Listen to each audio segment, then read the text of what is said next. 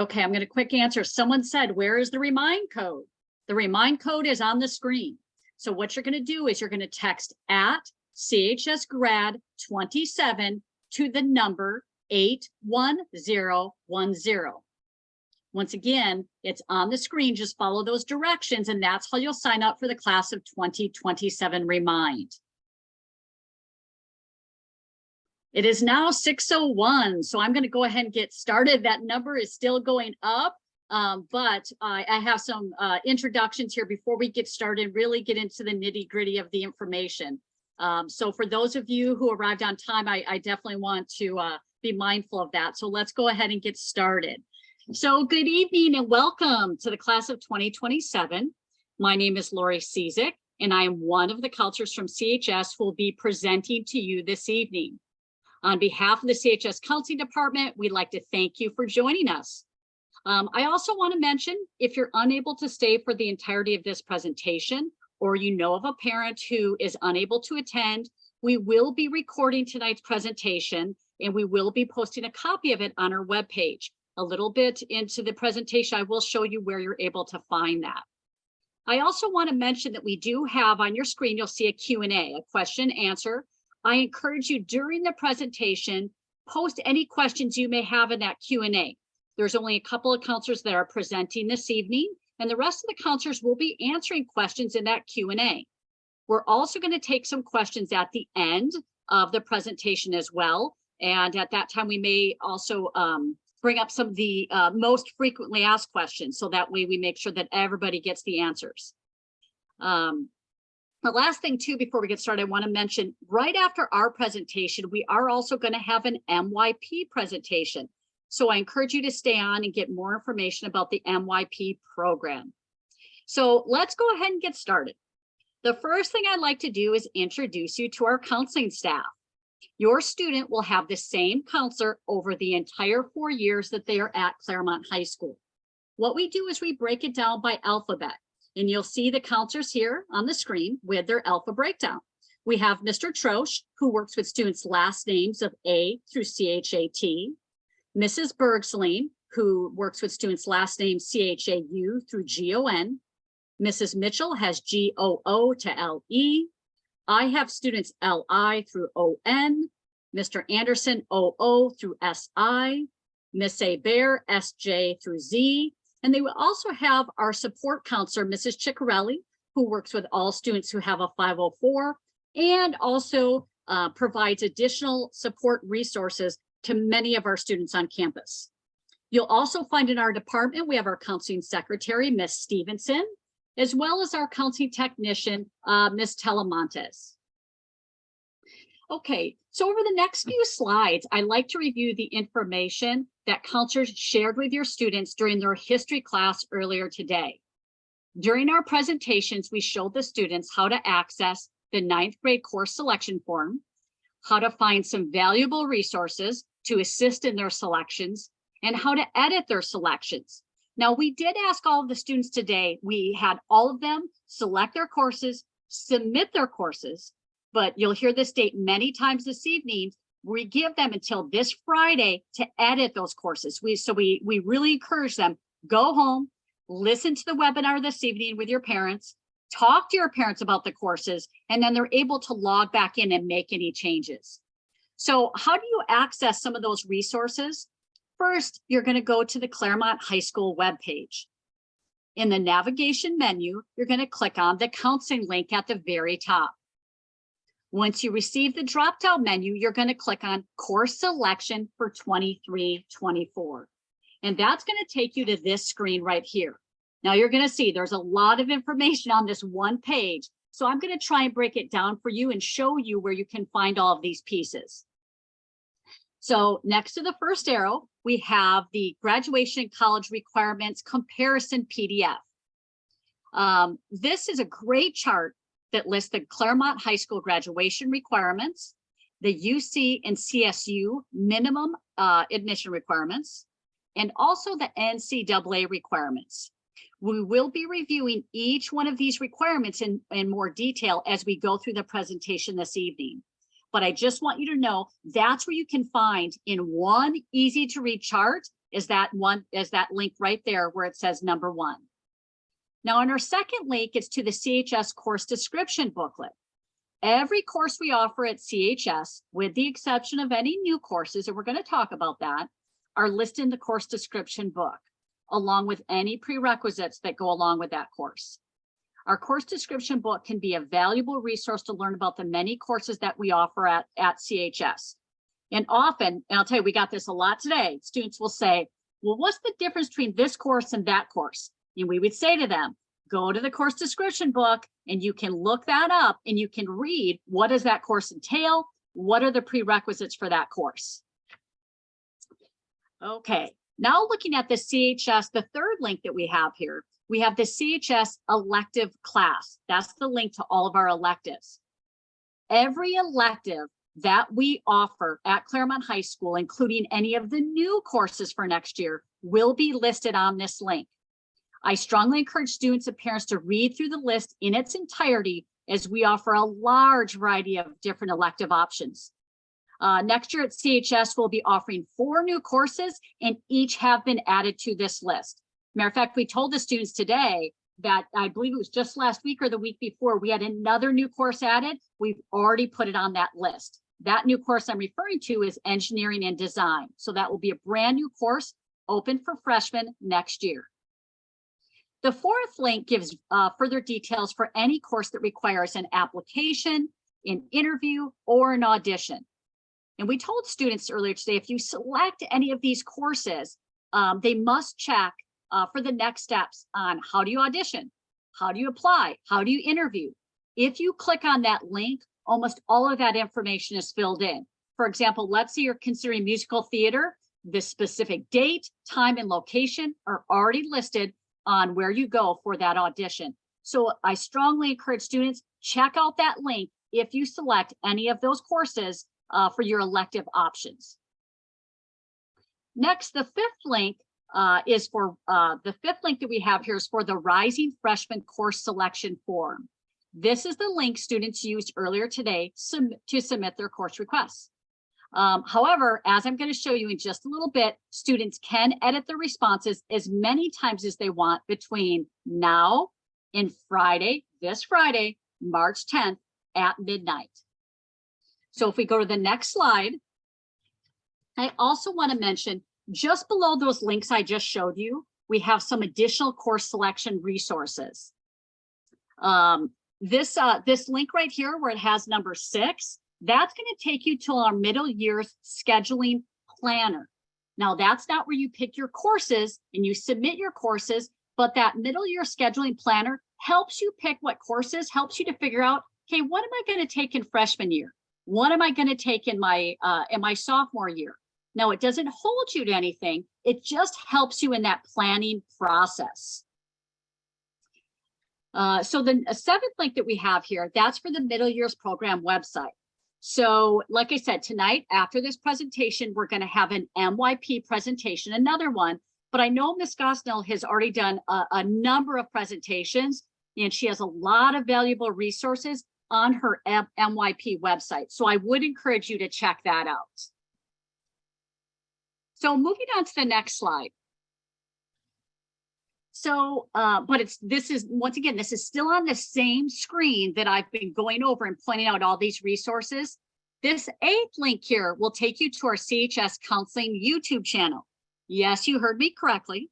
The CHS Counseling Department, we do have our own YouTube channel. And any time that we give a presentation, we always try to record it. So for example, today in our classrooms, when we did the classroom presentations for students, we recorded that. And believe it or not, we've already uploaded it to our YouTube channel. So we always try and make it accessible. If we have students or parents that are unable to view that when it's live. So just know that we always try and put all the presentations that we offer on our YouTube channel, and that's the link where you would actually find that. Now, tonight's presentation, my hope is hopefully, fingers crossed, within the next 24 hours, that we'll have this presentation uploaded, and that's where you would actually find it. Okay, and moving down, you'll see where it has number 9 there. This is also where you'll find, we actually put a link here to the slides. So the slides that we're showing you this evening will also have a link to those slides, where if you just wanted to look at the presentation and maybe you didn't want to hear everything, that's where we have a link to the slides that we're going over this evening. Okay, next slide. Okay, as I mentioned today, earlier today, when students click submit, when they submitted, they selected their courses and they hit submit, this is the screen that it took them to. You'll notice here where it says edit your responses. Students can edit their responses as many times as they want between now and Friday, March 10th at midnight. But remember, this reminder, please remind your students, they must be logged into their CUSD account to be able to edit those any of their requests. And then secondly, if they're making changes, make sure they continue to hit next until they get to the end, and then they'll hit submit again, and that's what's going to save their changes. Okay, moving on to the next screen. Now this, once again, on the same web page, this is going to be in the bottom left. I just want to show you, we have a calendar that's on here. We make a calendar for every single grade level, and we have the one on here for rising freshmen. As you can see, we are in classrooms today in the history classes. We have our webinar that we're doing for all of you right now. I also want to mention, you'll see on the far right, we have our open house promotion. So this Thursday, we have our open house. We strongly encourage students and parents to attend. You can visit campus, wander around classrooms. I also want to mention at that time, counselors will be in the main office, and we'll be there to answer any questions you may have. I highlighted again, course selection form closes this Friday at midnight. And then the last piece on there in the calendar, between March 14th and March 16th, all of the counselors, all seven of us will be going back to El Roble. And that's where we're going to meet with the students individually to review their course requests that they selected. Now, if they decide between now and then they want to make a change, that's fine. When they meet with us, we can make any changes during that time. Or if they have any questions, we can answer any questions and then make changes during that time. Okay, so let's go on to the next screen. So now we're through all the resources, all the information about where you can find stuff on our website. So let's talk a little bit, some of basic information that you may want to know. So the first day of school starts on Wednesday, August 30th, 2023. This important date I want you to make note of. Freshman orientation and registration will be held for class of 2027, our incoming freshmen, on Thursday, August 24th. So please mark your calendar. It's a very important day. Please plan to attend, have your student attend for the full day. In the morning will be our orientation organized by our link crew leaders, which will include some fun icebreaker activities, additional activities, just fun games. They'll get a campus tour. That's in the morning. In the afternoon is when we have registration. So it's a little bit backwards. If you have upperclassmen, you're like, wait a minute, registration's always in the morning. For our freshmen, because we like to do an orientation in the morning, and then we move registration to the afternoon. At registration is where the students, they will get their assigned locker, they'll get their books, they'll get their class schedule, they'll get all of that. So I strongly encourage you, mark your calendars and make sure that your student can attend on Thursday, August 24th for our orientation and registration. So next slide. So at CHS, we have two different start times. Students have the option to start at 0 period and enroll in a 0 through 5 schedule, or a first period and have a 1 through 6 class schedule. Although I know many students would like to have a 0 period start, we do have very limited offerings in 0 period. The majority of our students will start first period. So just know we try our best to accommodate as many students as possible. We want you to make your selection on your preference, but just know it's not a guarantee. Let's see, we have one lunch at CHS. Freshmen are not allowed to leave campus for lunch, but if you have good grades, you have good attendance and no discipline issues, you may qualify for an off-campus pass in 10th grade. Also, 6 classes are required for all students in 9th grade. Okay, next slide. We strongly encourage students to get involved at CHS. Research shows that those students who are involved are much more successful than those that are not. At CHS, we offer, I think it's somewhere between 70 or 80 different clubs on our campus in the fall time. Typically, gosh, I can't, September, October, we will have what we call Club Rush during lunchtime. It will be in our quad.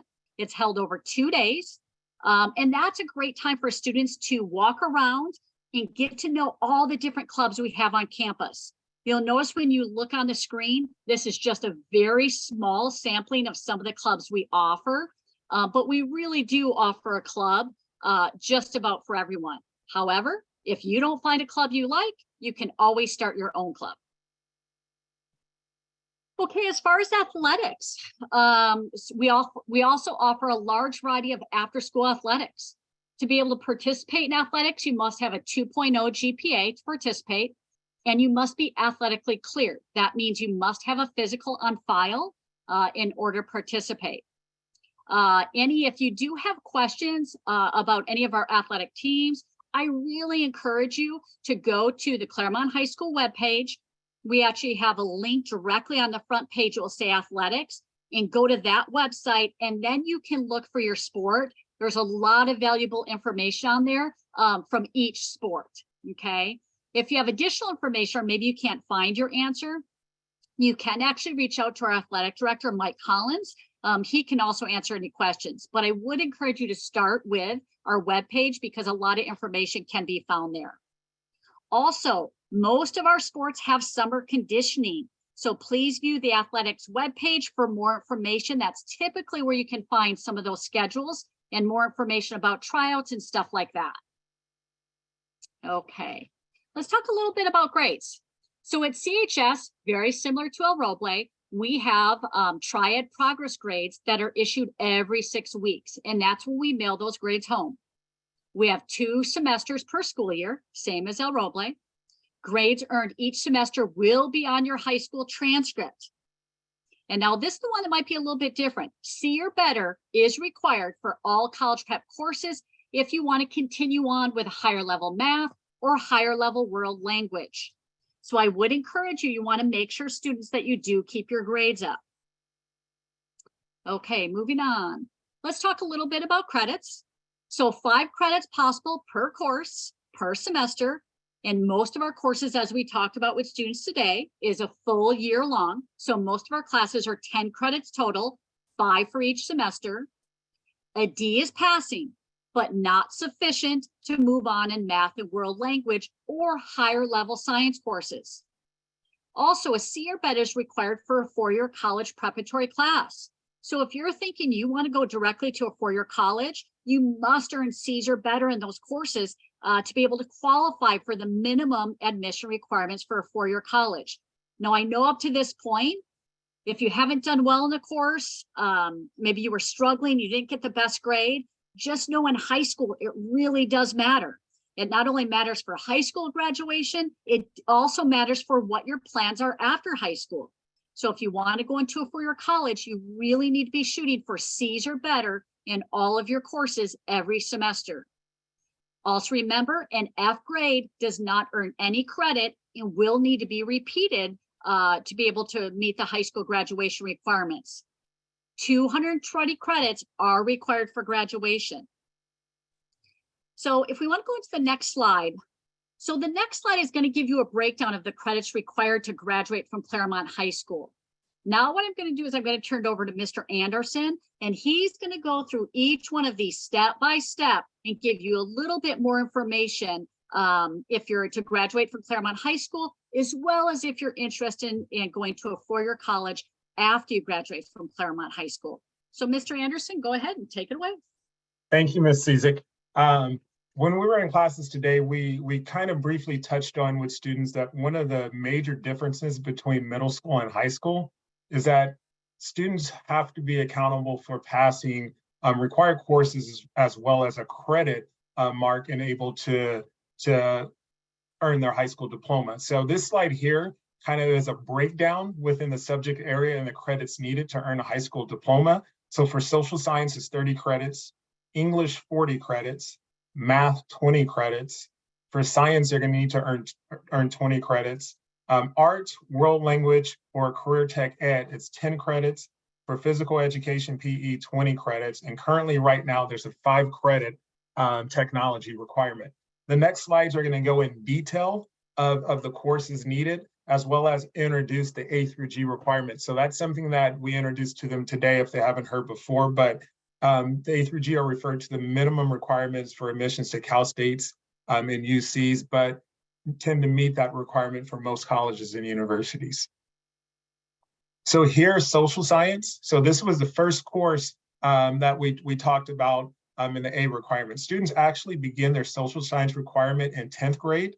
That's when they'll take a year of world history, followed by 11th grade, 1 year of US history, and 12th grade, a semester of government and a semester of economics. And that's how they reach that 30 credit social science requirement.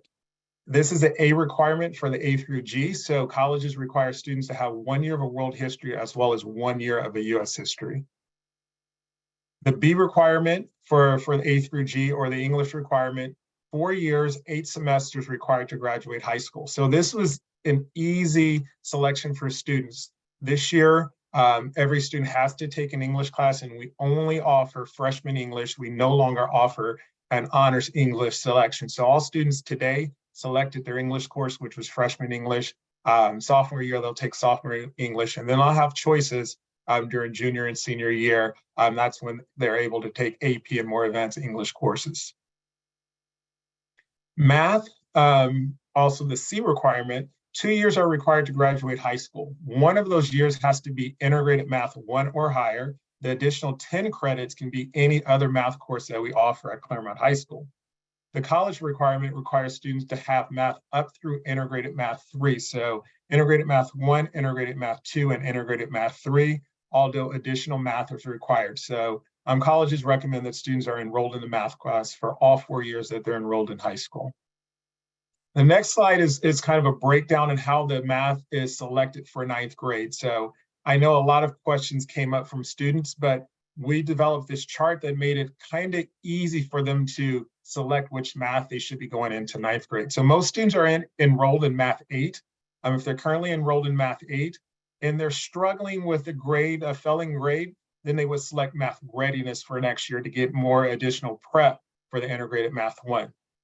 If they're struggling, maybe hovering around C-, D range back and forth, we ask them to select integrated Math 1A. And if they're passing Math A with a C or better, they were to select integrated Math 1.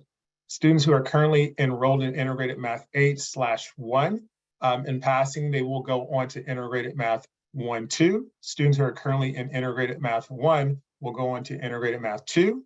Students currently in integrated Math 1-2 will go on to complete the 2-3, and students currently in integrated Math 2 will go on to 3. If your student is higher than that, if they're currently in integrated Math 3, they would go on to pre-calc. They have options of AP Calc and other options. Again, math grades will be reviewed at the end of the year just to verify correct placement as well. This explains the difference between the integrated Math 1 and the integrated Math 1A. So the integrated Math 1A, we break the integrated Math 1 into a 2-year sequence. So students take half of it, which is integrated Math 1A over the freshman year. Then they would take the second half, which is integrated Math 1B over the sophomore year. It just slows it down at a slower pace, but they complete the integrated Math 1 over a 2-year period. The question did come up when we're in classes today, in many of the classes, about students wanting to advance in math. We do not allow students to skip math. The colleges do not allow them to jump from 1 to 3. They must have that integrated Math 2.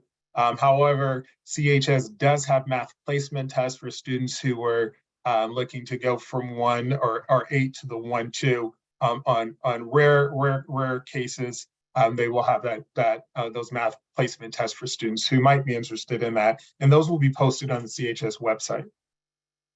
I mentioned that the grades will be reviewed at the end of the year, so the math placement is based on the final fall grade or final spring grades. So in June, we will review those grades and adjust math placement as needed. Lab science, or the D requirement for the A through G, 2 years are required for high school graduation. 1 year must be a life science, the other year physical science. Colleges have the same requirement, 1 year of a life science and 1 year of a physical science. But again, it's recommended for students to take 3 or more years of science in high school. We reviewed the science selection for students next year, and their science is based on their current math. So students who are enrolled in integrated math 1 or higher selected biology. Students who are enrolled in integrated math 1A or readiness chose physical science. There is a 20 credit PE requirement, so all 9th grade students are required to enroll in PE. We are offering PE over the summer for students. Even if your student chooses to enroll and complete 10 credits of PE over the summer, they still would be required to enroll in PE 9th grade. But that will open up space sophomore year where they will not have to enroll in a PE course because they will have their 20 credits completed. World language. So the high school combines world language, visual art, and career tech ed into one requirement of 10 credits. So students can either take a year of a world language, 1 year of a visual performing art, or 1 year of a career tech educational course through ROP offerings on campus. For the A through G requirements, they break that up into 2 separate requirements. 2-year minimum of a world language, the same world language, to meet the E requirement for the A through G, and 1 year of a visual performing art to meet the F requirement for college entrance requirements for Cal States and UCs. We offer 3 different world language options at Claremont High School. We offer German, Spanish, and French. In addition to our Spanish offerings for students whose home language may be Spanish, we offer Spanish for heritage speakers. Usually there's a placement test, again, that students can take. There are advantages of taking the Spanish for heritage speakers. Since it's a more advanced course, students receive 2 or 3 years credit for completion of 2 years and are able to take the AP level at the end of that second year of completion. We do have many students who are currently taking German or Spanish at El Roble. If they are in German at El Roble currently and they're earning a C or better, they will select and enroll in German 2 when they start at CHS. If they're currently enrolled in the Spanish class, we advise them to speak to their Spanish teacher to see if they are ready to enroll in Spanish 2 or enroll in the Spanish 1. Lastly, there is a G elective requirement for the A through G. This is any additional year of any college prep course.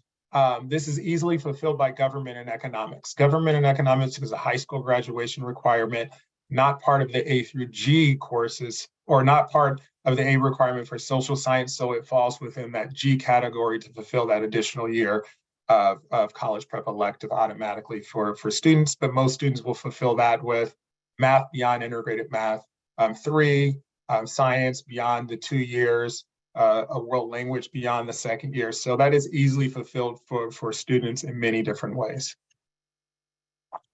Students will have 5 classes. Most students will have 5 classes, including the world language.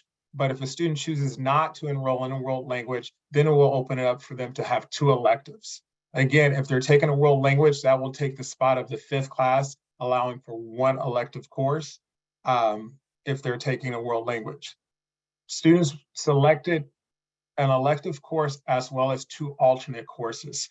It's important, and we emphasize the importance for 9th grade students to select an elective course, but also 2 alternate courses, just because to make sure that they're going to receive one of those electives of their choice. So we work to get them in their first choice. If not their first choice, definitely to try to get them in their second choice.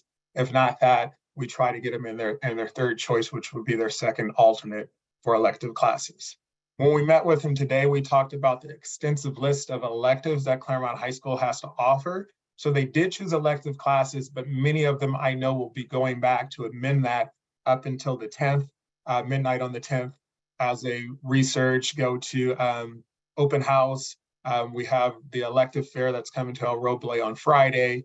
We showed them where they can access the electives on the website so they could read through what we have to offer. So they're able to go back on and change those as they find different electives that they might be interested in. As Ms. Cizik mentioned, the electronic course request closes on Friday, March 10th at midnight. So students can go and amend and change their courses as many times as they would like up into Friday, March 10th. From there, it closes. We will download all the information, print it up, and counselors will meet individually with students to review their course requests on March 14th and March 16th. Any changes after the March 10th, we can make when we meet with your students individually, just to review, to make sure that their course selections are appropriate to that. So we still have one last opportunity after March 10th when we meet with them individually to update and make any changes to that. Prereqs will be checked after June grades. So again, we will be looking at math grades to ensure that students are selecting the proper math course, as well as any other course that are on there based on elective choices that may need a prereq auditions or interviews to enroll in those courses. So again, we ask students to meet with parents just to review what they have selected for their course request. And then we will finalize those on the 14th and 16th today. So all students that were there at El Roble today should have course requests currently in, but again, can be amended up until the 10th. So I'm going to turn it over to Ms. Gosnell, who's going to talk a little bit about the IB Middle Years program. Good evening, parents. So after this one slide and Q&A, there is going to be a more full presentation of MYP. So MYP is the IB Middle Years program. Can we go back to that slide? Thank you. We are in our second year of implementation. It does take 3 years to complete the process and get authorized. So we will go through our authorization process in the fall of next year. Teachers have been going through training and rewriting curriculum to meet this philosophy as well as our California state standards. So this is just a few highlights. And again, I will go in detail shortly. So the program is facilitated by really focusing on one student's strengths and identifying skills that individual students would want to develop throughout their opportunity and engagement in the program. It is also bringing in their interests. So there's opportunities within our curriculum as well as in the projects to connect their studies, their goals within their classroom to interests in school and outside of school. And I will share some examples of that in the presentation that I will be giving. It's wrapped around the idea that it is essential for us to create curriculum that's relevant to our students by bringing in local and global issues into their curriculum through all the subject areas. And so all of the curriculum is rewritten to meet this guidance. And it is also not only rewritten, but it goes through a accreditation process where we send it in for evaluation every single year to get feedback as more research is developed and the needs of our students are shifting to ensure that we are meeting the philosophy and guidance of the program. The hope is that through this engagement, we are developing global citizens who are engaged in the world around them. So within their units of study, students also have a focus on service. Where not only do they do service projects inside their classes together collaboratively, but they also do a project outside of school. All of our curriculum is rewritten to ensure that we're removing barriers to learning. So the intent of this program is that it is accessible for all students. All students are assessed throughout units of study to ensure mastery. And when they don't reach mastery, we do provide differentiation, which means we go back and give extension and engagement challenge opportunities for students who have met the expectations, where we reteach other students who may be struggling. The idea is that it's all based off of inquiry. So we're giving our students the opportunity to be designers of their own curriculum as well as the teacher. So there's a shared leadership within the classroom. That is new in the fact that usually in a traditional classroom, teachers are kind of like the sage on the stage is the old statement, where they're the bearers of knowledge and they kind of decide how all of the curriculum is navigated. In the MYP, it's a give and take between teachers and students to ensure one, engagement, relevancy, but actually get the idea that we in any job outside of high school, we have to like negotiate ideas. We have to give and take. You have a boss, but where do you have voice within that? And it's trying to replicate real world examples of how you operate in a collaborative manner in jobs today. And as I mentioned, by differentiation, it's informed by assessment. So there's, instead of always being like, we always give tests, we always have the same structure in this subject area for our assessment. There's a variety of assessment. So we're progress monitoring our students throughout the unit. And then at the end of the unit, there are sometimes tests, but there's also opportunities for students to integrate art and presentations. And we're trying to give them a wide variety to develop the skills and exposure for them to show what they know in multiple ways. As I mentioned, there is service that I will be talking about in the presentation where it's incorporated into their lessons, as well as a project that they will complete in their 10th grade year. And the intent is to really identify that in order to be a well-rounded student, the academics are very important. But in today's society, really what colleges as well as the workforce is looking for are well-rounded individuals that can engage with others, negotiate ideas, be inventive in their thinking. So it's much more than just like, can I do just academics? And in the IB program, we're looking at that whole child and encouraging them to be a risk taker and step outside of their comfort level to, a safe extent, as well as be knowledgeable and inquirers and caring for themselves, their peers, and the world around them.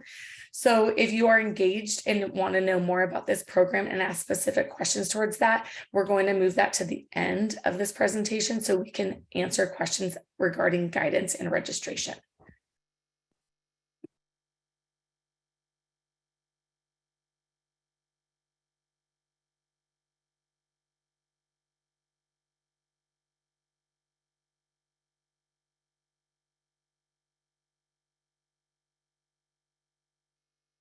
Okay, are there any questions at this time, counselors? We have all of our counseling staff here this evening, and I know they've been rapidly answering questions, many questions. I don't know if there's any questions that might be worth repeating now, or we can continue to answer some of these questions live if you'd like.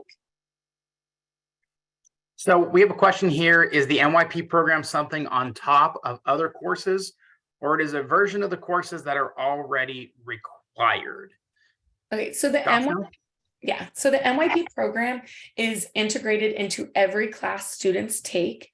Their teachers have been trained, rewritten their curriculum to align to the program expectations and philosophy. And it's not meant to be extra work. It's meant to deepen their experience and bring the relevancy of the real world to the classroom. There are 2 extra requirements. One is geography in their freshman year, and one is a community project that I will be going over in my presentation. Thank you.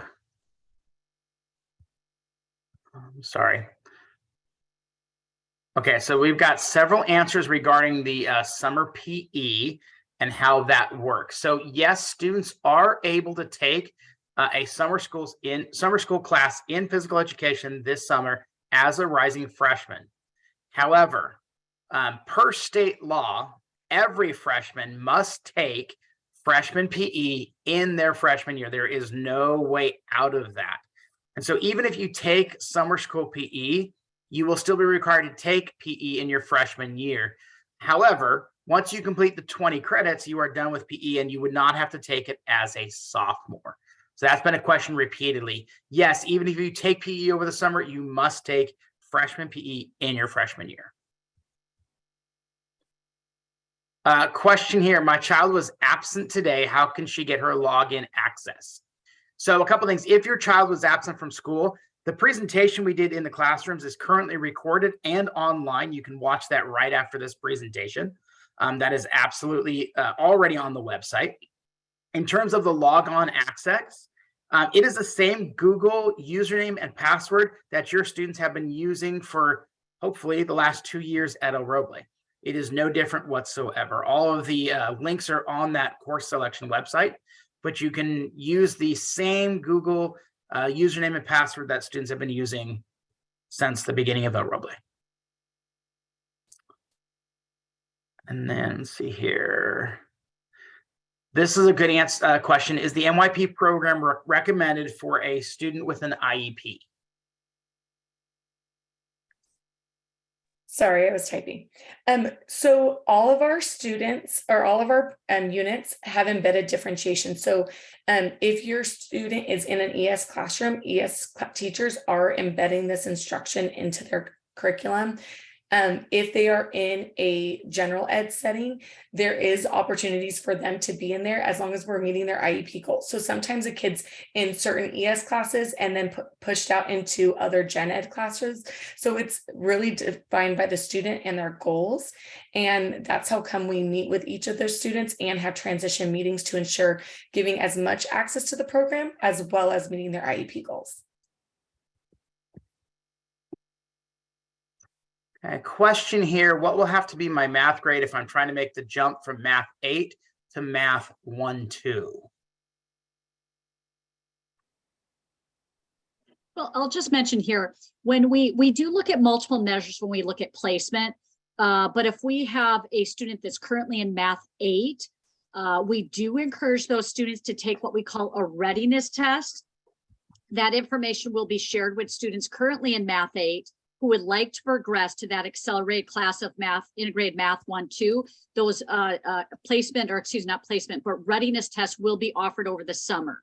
So I would encourage you to get a good grade. Obviously, that shows that you have the foundation, you have the skills to take a more advanced class, but just know we also require you to take that readiness test in the summer to determine if you're truly ready to go to an accelerated class. So get the best grade possible, but also know you have to take that readiness test. Do you mind if I jump in, Mr. Chosher? I do have a question. This is another MYP. The summer classes for geography or psychology, that is, if a student does MYP, but is also in the music program, they can't do both unless they do the geography or psych over the summer. Is that correct? So it's not absolutely correct because it is one option. However, we will have online courses and 0 period offerings in order for students to be able to have the opportunity to have meet the requirement in multiple ways. So we're trying as many, because it's a new requirement, we're trying to give access in many ways in order to fulfill like any summer commitments that previously happened and open up schedules to the arts because we have such an amazing program here in Claremont. So that ticks off the question about MYP students being required to take the MYP elective. So I think that's a good answer for that one too. Let's see here. What time is CHS open house? Does anybody have that flyer up in front of them right now? I will open it. It is from 6 to 8 p.m. on Thursday. Yes, I know we as counselors have to be there forever, so I don't even remember offhand. Okay. Question, let's see here. What are the requirements for higher level physics, IB and AP? Ms. Aber, do you want to take that one real quick? Sure. So IB diploma is offered at Claremont High School, and IB diploma classes are restricted by the IB rules to grades 11 and 12. In terms of AP Physics, if your student is eligible for AP Physics 1, they are in a concurrent math class of Integrated Math 3. And AP Physics has a higher requirement for math. It's more math-based physics with a requirement of pre-calculus. Students can take, go ahead. 9th, 10th graders can take AP classes, but the IB diploma classes are restricted to grades 11 and 12. And I strongly encourage you to check out the course description book, and that will talk about the differences between some of those classes. IB, AP, regular, that will tell you the difference of what each course entails.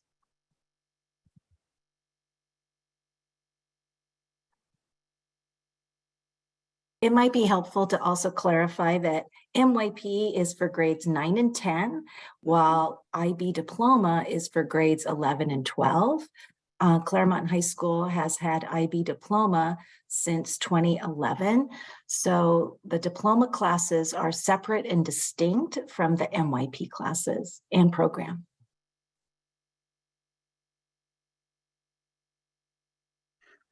When will the readiness test be over summer? I do not believe those dates have been set yet. I don't know if any of my counselors know differently. Nope, not yet. But typically that'll happen a couple times during summer. But we will post that on the CHS website when that comes out. Yeah, I would say I would encourage you to look closer as we get closer to summer. Keep checking out our website, and typically on the main page, they'll have those listed there. The question is it true that clubs can be made in addition to the existing ones, or is there a limit of some sort that has already been reached? There's actually no limit. Some years we've had over 80, some we've had over 70. So once again, I showed that screen. It just really showed a small smattering of what we offer. We offer a ton of different clubs on our campus, but in the end, if there's a club that you want and we don't have it, you are welcome to start it. Go to ASB, get the information on how to start your own club. It absolutely happens quite a bit.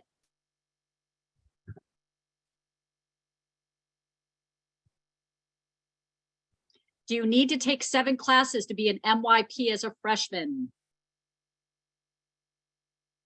No, so I'm going to go over that in the presentation, but there are 6 required courses.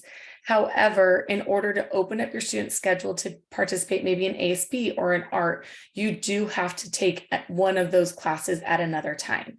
So therefore, there's summer school options, 0 period options to open up their schedule during the day, during their school day, or online options that are going to be run asynchronous and synchronous. And we've had several questions come up about summer school and information and dates and times. If you look at the course selection website and scroll all the way down to the bottom, you will see a link under the Q&A section just for 9th grade, rising 9th grade summer school options. If you start filling it, I know you have to fill out the first page in order to get the dates, but if you fill out that first page, the second page will give you the dates for summer school. So it's all right there. Course selection website at the very bottom, 9th grade, rising 9th grade summer school options. Okay, let's go ahead and take a look actually, because I've had several questions. There's 2 things I want to show you. One is someone asked about summer school. Someone else asked about how do I find the course selection form? Real quick, if you go to our main page under the counseling tab, course selection for 23-24, you'll go to this screen. You'll notice right here, it says Rising Freshman Course Selection Form. That's how you get back to the form that we had the students fill out today. When they click on that link, it's going to say edit your responses. Okay, so that's where you go to find that form. If your student actually missed today, you will go to this screen on the same page where it says Rising Freshman Webinar. You can't see the link on here because we added it midday today, and it will say classroom presentation with a link to the actual presentation that we did in classrooms. So if your child missed today, I would encourage to have them watch that classroom presentation and then go ahead and fill out that form. Okay. If we want to go back, let me quick show you. Let me go back here real quick. I'm going to show you where to find. Now, Mr. Trosh had said that where to find the form. Let me just show you. You're going to go under counseling right here. Same thing. Course selection for 23-24. Scroll all the way to the bottom, and it says right here, very last question. How do I register for summer school?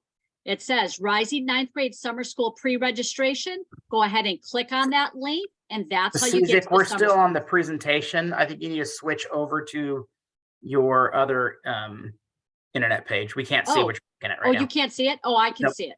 For some reason, it's not showing it to you. I can see it though. It's still looking at the course selection one. Okay, so it is there. If you scroll all the way to the bottom, I could see it on my screen. For some reason, you weren't able to see it. Sorry about that. Let me see if I can just quickly pull it up. on mine.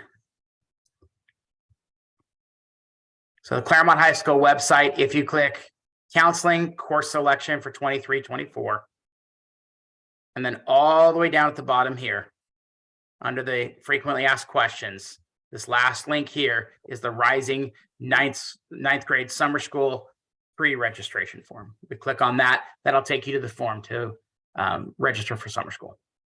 And someone asked the question, are there summer courses available for incoming freshmen? Once you click on that link, it will show you what's available.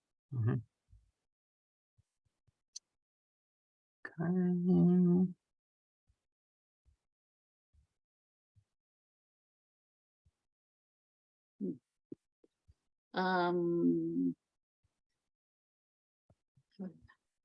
Summer.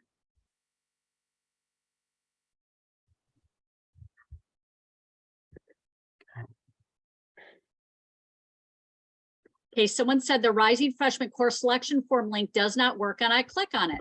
That's because your student needs to be logged in under their CUSD account. So when they go on their iPad, they have to be logged into their CUSD account. That, if you click on the link and you're logged in, it will take you directly to the form, but you're not able to use a private email to be able to log into that. That's why that's why the link isn't working. You're not seeing the form.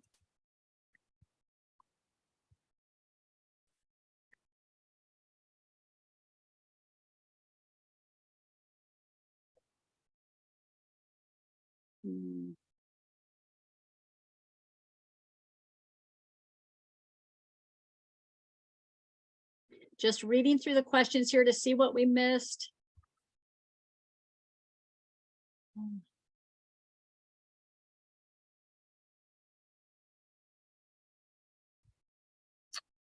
So we had a question, what is required in 9th, 10th graders to be able to take higher level IB physics or IB mathematics? Students are not able to take higher level IB courses. So IB MYP and IB diploma program are two separate programs. IB diploma program is only in the junior and senior year, and those classes are restricted only for juniors and seniors. In order to enable them to get the full diploma, you cannot take an IB diploma program test before the junior or senior year. However, some students who are highly advanced in mathematics may be taking a pre-calculus or even possibly an AP calculus class in their freshman year. That's pretty rare though. Here's a question here. Can an MYP student take geography in 10th grade instead of 9th grade so that they can complete another elective? Ms. Gosnell, you want to take that? Honestly, we haven't talked about that. I mean, well, they're going to be taking world history in 10th grade, so it's not something that's recommended. Yeah. In 10th grade, I'm going to go over the schedule in the presentation shortly about the schedule options for 9th and 10th grade. But in 10th grade, they do take world history. So that's how come in 9th grade, geography is the history requirement, or psychology or sociology for 9th graders. So I would say the answer is really no, because they already have to take a history in the 10th grade year. Question here, if oh wait, just jumped on me. Oh wait, lost it. I'll take both summer. Can a child take both summer school classes? And this actually goes with the question I lost, had to do with summer school. Our summer school allows you to take 2 classes. So if you're taking PE to get the full year credit, you would take session 1 and session 2. If you're taking geography, you need to take the full year. So you're taking session 1 and session 2. And that's all you're able to take. You're only able to take 2 sessions, 5 credits each, 10 credits total. So someone said, what's the additional dates in August for registration? So registration occurs, the dates I gave you, I believe it was the 24th for 9th graders. On the 25th, we will have makeup registration. Also, on Monday, we typically have makeup registration. I don't know about Tuesday. But just know if your student's not able to attend during one of those times, also the first day of school is when students can actually go through the registration process. So there will be some makeup times. I know they're very close to the actual dates, but just know always on that first day of school, they can also go through registration.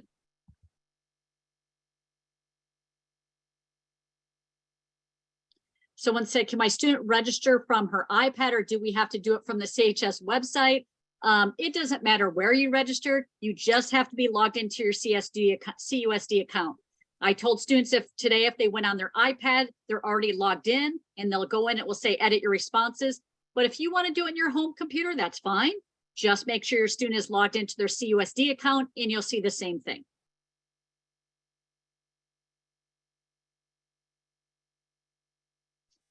How much more rigorous are I'm going to assume this says MYP classes as opposed to the AP classes.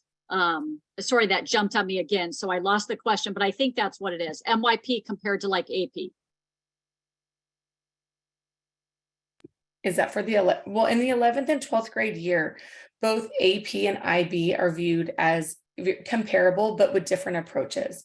So in AP, it's very like test driven and knowledge based, and with you passing an external assessment. So all AP students across the states take the exact same assessment.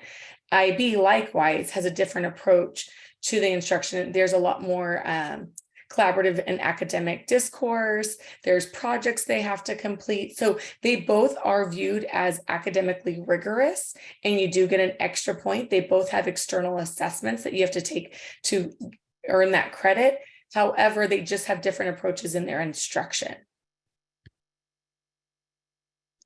Okay, let's see if I can hold this so I don't lose it. I understand that nothing has changed this year regarding the PE requirement for this class of 2027. Moving forward, for their 10th, 11th, and 12th grade year, will they still earn 2.5 credits for every season of a sport they play? My child was told in class today that the ability to use the sport to fulfill the PE requirement will be changing in the future. And you are absolutely correct.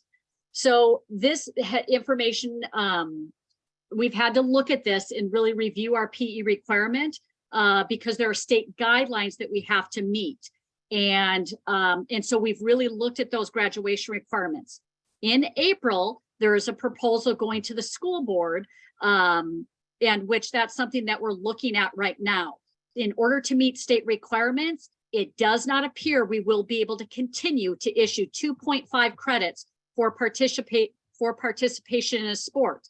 Instead, what we're going to do is you'll still be in your sport, but we're looking at combining that with a possibly like an online asynchronous class. So that's something as we roll this out, as we get confirmation, once it's board approved, we will bring that information to you and really explain what that looks like. But once again, that is going to be changing due to the state requirements and the needs that will be able to meet that requirement. So that looks like it will be changing, but we'll know more come April.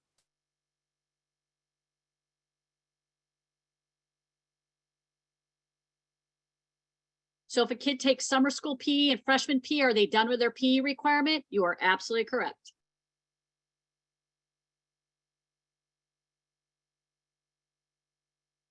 Can my student take geography with the CHS in the summer and then biology through UC Scout in the summer?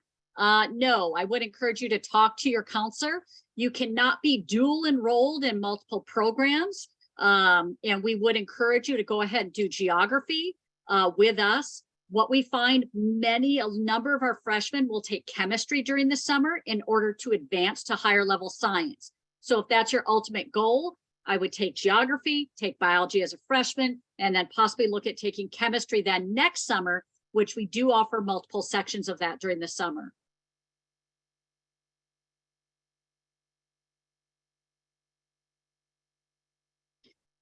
Someone said, I don't understand, is my child able to take geography and PE? No, they are not, because you have to take the full year of both. And remember, you can only take 2 sessions. You can either take geography or you can take PE, but you're not able to do both. So I just want to clarify the whole PE and geography real quick, because I think it's reoccurring. So because the law has changed, no matter what happens, a 9th grader has to be in PE during their 9th grade year. So if you take it in the summer, it does not open up your schedule in your 9th grade year because they have to take it. If you want to do MYP, the best option would be to take geography over the summer. Then it takes that requirement out of their schedule. They would still take their PE, but then now they can have an art or any elective of their choice. Then in your sophomore year, I would take PE, and then they would again open up their schedule in their sophomore year, because now they fulfilled all of their PE requirements, one in their 9th grade year in the school year and one over the summer. If your intention is to MYP or to advance, that would be your best sequence of courses utilizing summer school.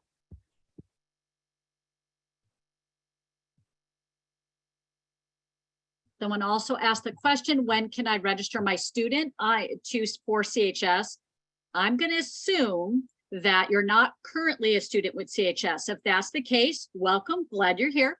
But what happens is you have to go through the district office. Once you've been accepted, you are put into our system, and then we will have a separate presentation for new accepted students, typically towards the end of May, early June. So for now, reach out to the district office and find out where you're at in the process. But once you get accepted, we will provide more information to be able to meet with you and review course selection and all that process. There are a lot of questions about summer school and the form, and perhaps we should review that for families before we begin the MYP portion in just a minute. Good as 7 o'clock. And then the other thing is too, that class visitations for open house on Thursday, the 9th, begin at 6:30. So 6 o'clock is an opening session to welcome freshman families, freshman students, but the class visitations do begin at 6:30 on Thursday. Andrew, I'm seeing a lot of questions as well as families are concerned with not being able to take summer school, but wanting to enroll in additional elective courses like band or other programs that they're in. So just a little bit of information that students are able to take 7 courses that include the elective as well as the geography or psych social. So if you're unable to take the summer school course, you can still enroll in MYP with a 7 period day.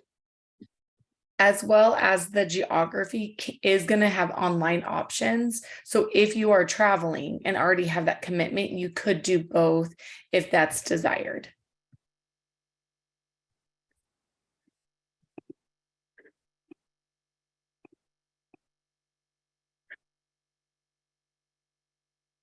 There's a question about if a student is from El Roble, are they automatically signed up for CHS? And everything does transfer.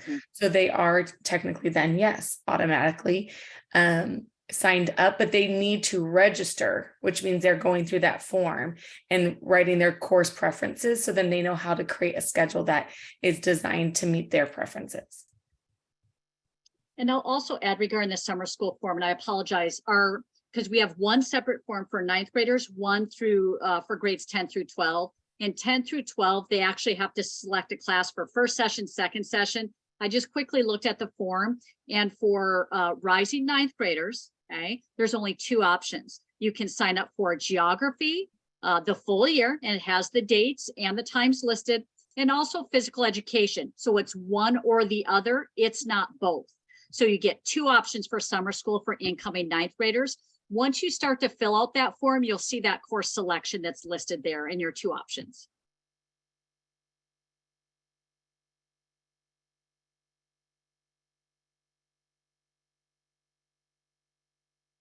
We had a question about an introduction to engineering design class that's available. It is available. That is a brand new class. We found out about that about a week and a half ago. So that is brand new. We're excited about that. It sounds like it's gonna be a great class. You won't see that yet on our course description manual. Mrs. Cizek, I believe we did add that to the elective options. Yeah, it's on there. Yep. So you'll see that on there, and on the course request form, it's actually out of alpha order. It's actually at the very bottom of the course request form under elective options. Yes, that is a brand new class that we'll be offering next year. We are excited to see that one come back to Claremont High School. So it's a really good option for students. Someone asked, how does my child sign up for a 7-period day? We, at this point right now, because most of our students are not taking a 7-period day, so you can only choose 6. But that's one of those items when your child meets with their counselor next week, make sure that they mention that so that we can make note of that. And then we go into our system and we will adjust that. So just once again, just make sure that your child tells that to their counselor and we'll make that adjustment. Can I also add on to what Ms. Sizik is saying is that is going to be given priority to MYP students because of the extra course they're required to take to ensure that if they opted into the program, we fulfill that requirement.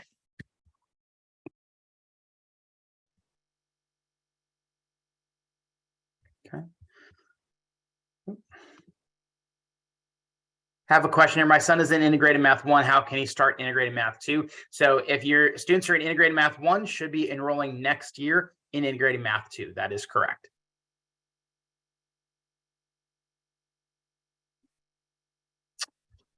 Question about interdistrict transfers. If you are an interdistrict transfer and attending El Roble this year, yes, your interdistrict transfer will roll over unless there is an attendance or academic issue. That should not be a problem, and we will expect you at Claremont High School next year. It says, but summer school online synchronous means you have to connect online at fixed times, which is correct, during the day, which makes it impossible for traveling families. Unfortunately, that's how synchronous works. You're required to log in at specific times, and they have a strict attendance policy. So if you will be traveling and it's a synchronous class, you will not be able to sign up for that class. You must be logged in at those specific times. Okay. So it looks like we're starting to get some MYP questions, and I know at least several of these that I'm reading are going to be answered in the MYP presentation because we're looking at some sample schedules. So I think counselors will continue to answer questions in the chat, and we will hand this over to Ms. Gosnell to present on our brand new MYP program.